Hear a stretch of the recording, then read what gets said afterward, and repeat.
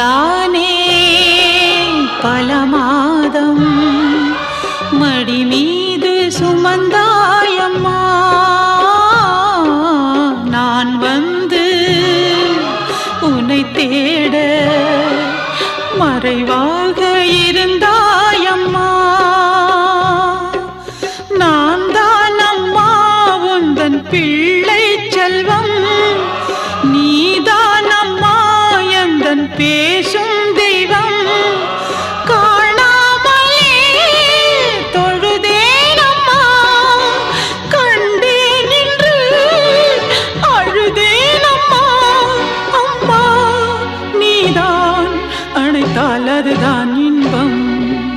ஒரு ஜீவன்